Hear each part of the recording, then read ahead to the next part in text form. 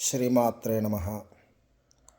మనకి పూర్వజన్మ పుణ్యములు, పూర్వజన్మలో చేసిన మన పుణ్యకర్మములు ఈ జన్మలో ఆ పుణ్యఫలం ఎప్పుడెప్పుడు మనల్ని కాపాడుతుందో చెప్పేటువంటి ఒక శ్లోకాన్ని మనం విందాం.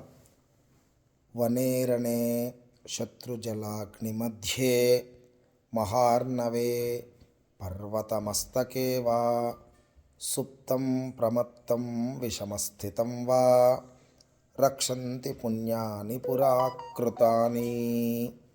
దట్టమైన అరణ్యాలలో, యుద్ధభూమిలో, శత్రువుల మధ్యలో, నీటిలో, నిప్పులో, సముద్రం మధ్యలో, పర్వత శిఖరాగ్రం పైన నిద్రపోయి మనం వల్లెరగని స్థితిలో, మన యొక్క స్థితి మనకు తెలియని స్థితిలో, మంచి గాఢ నిద్రలో ఉన్నప్పుడు, విషమ స్థితిలో ఉన్నప్పుడు, భయంకరమైనటువంటి ఇబ్బందుల్లో ఉన్నప్పుడు అనుకోకుండా మనం బయటపడి రక్షింపబడేది పూర్వజన్మ యొక్క పుణ్యం వల్లనే.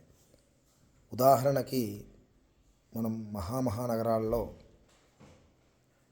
అనేకమైనటువంటి వాహనాలు తిరుగుతున్న సమయంలో ఇంట్లో నుంచి బయటకు వెళ్ళి పనులన్నీ ముగించుకొని అన్ని గండాలని దాటి జాగ్రత్తగా ఇల్లు చేరుకుంటున్నామే, ఇదంతా పూర్వజన్మ పుణ్యమే అని చెప్పచ్చు. అలా ఈ మహత్తరమైనటువంటి సత్యాన్ని మనకి పెద్దవాళ్ళు అందించినటువంటి శ్లోకం ఇది.